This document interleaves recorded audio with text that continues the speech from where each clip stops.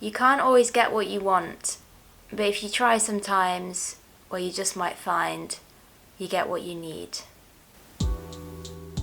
Hey guys, welcome back to my channel and to another episode of Spiritual Sundays, a series where I'm talking about all of the deeper issues in life, from subjects related to mental health, human psychology, spirituality, and so much more. I've been thinking about a lot of things this week, in particular stuff that I want, or more accurately, stuff that I don't have. I was listening to the Rolling Stones the other day and that song came on, which kind of made me think even more. I read the full lyrics to that song and in all honesty it made no sense to me, but what I took from it was sometimes in life there are things that we want, or at least we think we want, but they're not actually things that will bring us any lasting or true fulfillment. So our higher self kicks in and instead brings us the things that we actually need. Another quote that has always stuck with me is from the great philosophist who is sadly no longer with us, Alan Watts. Why you don't really know what you want? 2 reasons. Number 1, you have it.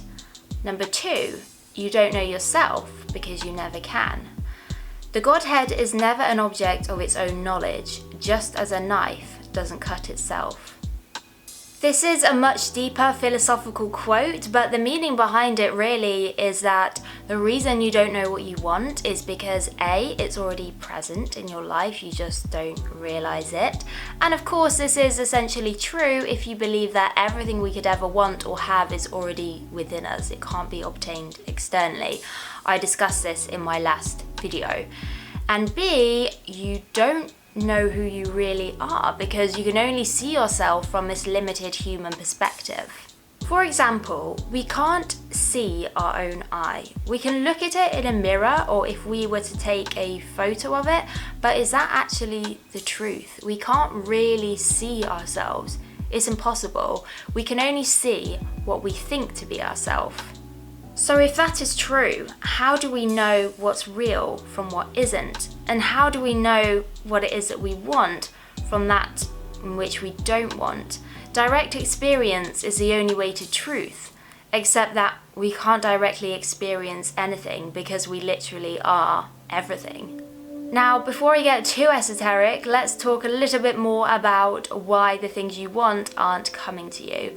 This is going to require an understanding of the law of attraction and how it works, so if you haven't already done so, please go and check out the other videos I've done on this topic, or you're probably not going to have a clue what I'm talking about. Okay, good. So here's what you need to know. Thoughts are things. So when we think certain thoughts, we can manifest certain things, whether that be actual physical objects or experiences, etc., into our reality. Seems like a very simple concept, right? And it is, but I know what you're probably thinking. Okay, Claire, if this is really true, why aren't the things that I'm thinking actually appearing in real life? Well, firstly, a lot of them actually are, we just aren't able to see them because of our limited human perspective. Many things appear in slightly different forms to that in which we expect, and so we dismiss them. And secondly, a lot of the time when we are thinking about something, particularly something that we want, we are focused on and therefore sending out the message that we don't currently have that thing. This is a vibrational mismatch, and for something to manifest or appear in our reality, we have to be in vibrational alignment with that thing. I realise I'm using words like vibration here, which may be a new term for some of you, but all it really means for 2 things to be in vibrational alignment with each other is that they're moving at the same speed. I mean, this is a very simplistic view of how it works, but hopefully you get the idea. Everything is energy and energy is vibration. Everything is vibrating at different frequencies or speeds. In order to manifest a specific thing, our energy or vibration has to match the frequency of the thing we're wanting to manifest. As I've already said, when we are thinking, I really want this thing, the message and vibration we are sending out is, I don't currently have this thing. There is a vibrational mismatch. So what we want just stays as an idea in our mind and never actually appears in our reality. It's probably stuck in some parallel reality somewhere, but I won't go into that now. So how can we switch this around? Well, it's pretty simple really, just requires a little practice and patience. Instead of saying I want, we can say I have. Instead of saying I want an extra £500 coming into my bank account every week, we can say I have an extra £500 coming into my bank account every week. By changing our words and moving into the feeling state of already having that thing, another important factor which I will discuss in future videos, we come into vibrational alignment with it, and therefore it can manifest or appear in our life. I guess it's a little bit like tuning a radio dial to a certain frequency so that we can hear a particular radio station, for anyone out there who still has a radio tuner. But you get what I'm saying. If the radio dial is not set at a certain frequency for whatever radio station it is that we want to listen to, we're not going to be able to hear it, or at least it will be very fuzzy. And it's the same thing with manifestation or attracting the things that we want. If the two frequencies don't match, we won't be able to see it. It is a very simple concept. All it really requires is a change of wording and feeling state. However, many of us find it difficult, including myself, because moving into a state in which we already have what we want is challenging when we can't actually see it. It almost feels as if we are lying to ourselves.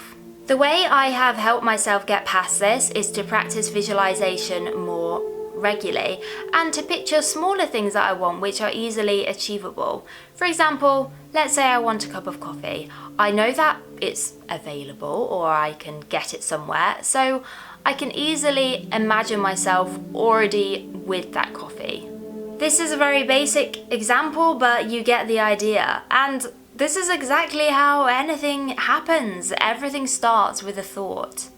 Another thing that I do, and this is a little bit more of an esoteric idea, so bear with me, but I remind myself that there is actually no difference between what is real and what is imagined.